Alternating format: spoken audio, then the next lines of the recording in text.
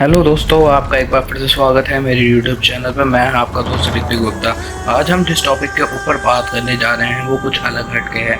जैसा कि मेरे कई दोस्त रामायण के बारे में बहुत कुछ जानते होंगे और उनमें से कई लोगों ने रामायण को कभी न कभी देखा होगा या पढ़ा होगा या रामायण के बारे में कुछ सुना होगा। लेकिन आज हम रामायण के एक बहुत ही इम्पोर्टेंट पात्र के बारे में बात करने जा रहे हैं, वो है हनुमान जी। हाँ दोस्तों, आपने बिल्कुल सही सुना, हम बात करेंगे आज हनुमान जी के बारे में, जो कि अमर है। लेकिन दोस्तों, कभी कभार लोगों के दिमाग में ये क्वेश्चन जरूर आता है कि हनुमान जी अमर हैं तो उनका रामायण के बाद क्या हुआ और वो कहाँ गए।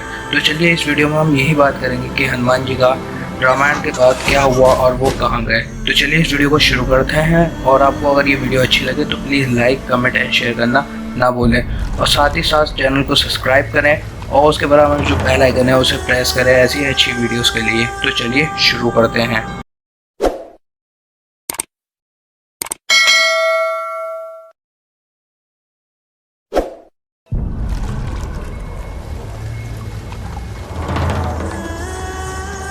जैसा कि दोस्तों, महाज्ञानी, महाशक्तिशाली और भक्तों में सबसे ज़्यादा प्रिय श्री हनुमान जी।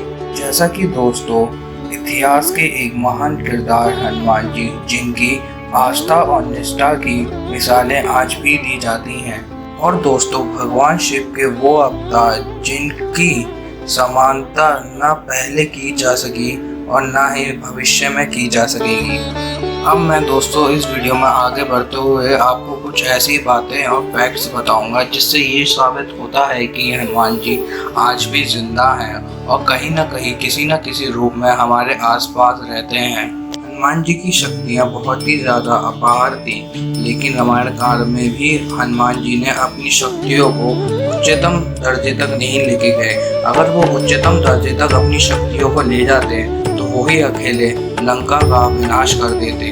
श्री हनुमान जी को अमृत का वरदान प्राप्त था, जिसमें यह था कि वो कलयुग के अंत तक जीवित रहेंगे, जब तक कि कलयुग के अंत में धर्म का अंत नहीं हो जाता और उसके बाद ही वो नए धर्म की स्थापना करेंगे। हनुमान जी के जीवित होने के प्रूफ से पहले हम ये बात करेंगे कि हनुमान जी रामायण के बाद कहाँ गए। जैसा कि हमें रामायण में दिखाया गया है कि जब तक राम जी जीवित रहे तब तक हनुमान जी ने उनकी सेवा अयोध्या में रह के की, और उसके बाद राम जी की मृत्यु के बाद हनुमान जी ने वन को ही अपना घर बना लिया था।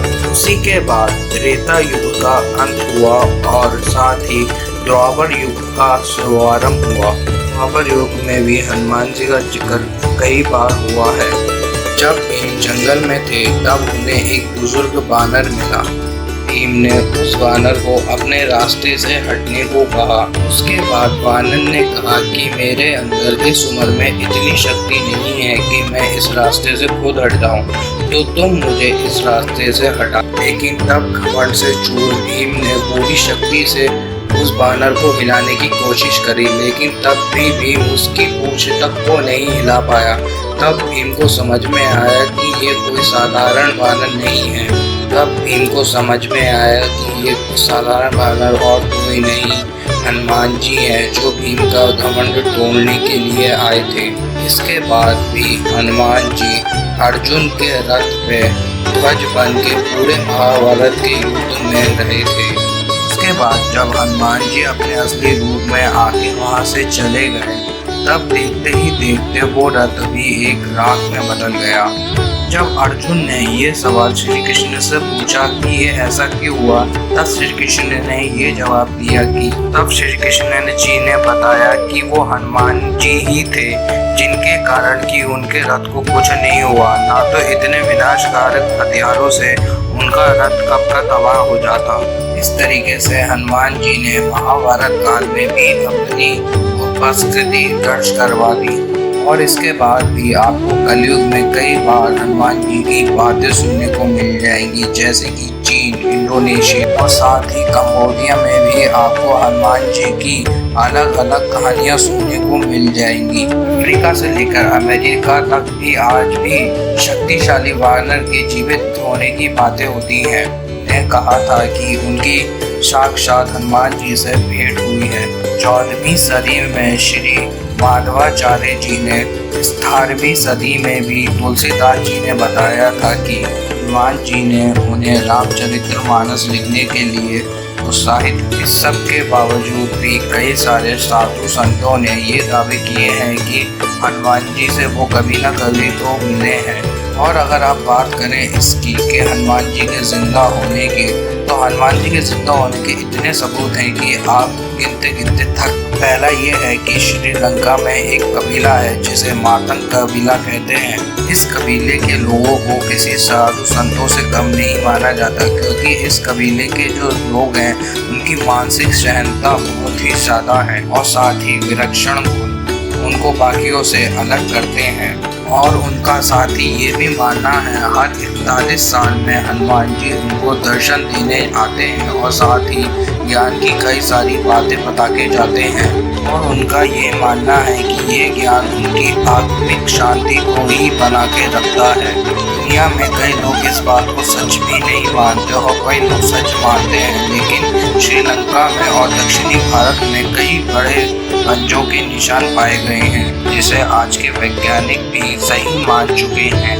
आजकल के वैज्ञानिकों का मानना है कि इंसान होमो सेपियंस होते हैं, लेकिन साथ में वो ये भी मानने लगे हैं कि आज से 8-10 साल करोड़ पहले अलग स्ट्रक्चर के लोग भी पाए जाते थे। इनमें कई प्रजातियां ऐसी होती थी जिनका शरीर हमसे कई गुना बड़ा होता था, लेकिन वो प्रजातियां आज के समय में लुप्त हो गई। लेकिन होमो सेपियंस आज तक बच पाए। लेकिन आज भी अमेरिका और कई अन्य देशों में ये देखा जाता है कि वानर जैसे शरीर के इंसान देखने के दावे हुए हैं। लेकिन आज के समय में हम अपने धर्म के हनुमान जी के अस्तित्व को ही नकारते हैं। अमेरिका और अन्य देशों में वानर देवों की पूजा की जाती है। आज भी अमेरिका में प्राचीन वानर देव का मंदिर मिला है, जिसमें मूर्तियों की बनावट कुछ इस तरह का है जैसे कि हनुमान जी की मूर्ति। और साथ ही वहाँ की प्राचीन कहानियों में वानर देव को अमर ही माना जाता है। हनुमान जी ने भक्ति से अमृतत्व को प्राप्त किया था और वो कलयुग के अंत तक ही पृथ्वी पर विराजमान रहेंगे। जब तक कि कल की अवतार धरती पर अधर्म का अंत नहीं कर देंगे और साथ ही धर्म की स्थापना नहीं कर देंगे, तब तक हनुमान जी जिंदा रहेंगे। और उसके बाद फिर वो उस महान शक्ति में लीन होकर मृत्यु को प्राप्त करेंगे। दोस्तों, अगर आपको ये वीडियो अच्छी लगी हो तो please like, comment and share करना ना भूलें और साथ ही कमेंट बॉक्स में जय श्री राम एक बार ज़रूर लिखें। और साथ ही मेरे चैनल को सब्सक्राइब करें और उसके बराबर में जो बेल आइकन है उसे प्रेस करें ऐसी ही अच्छी वीडियो के लिए। तो नमस्ते, टाटा, बाय बाय।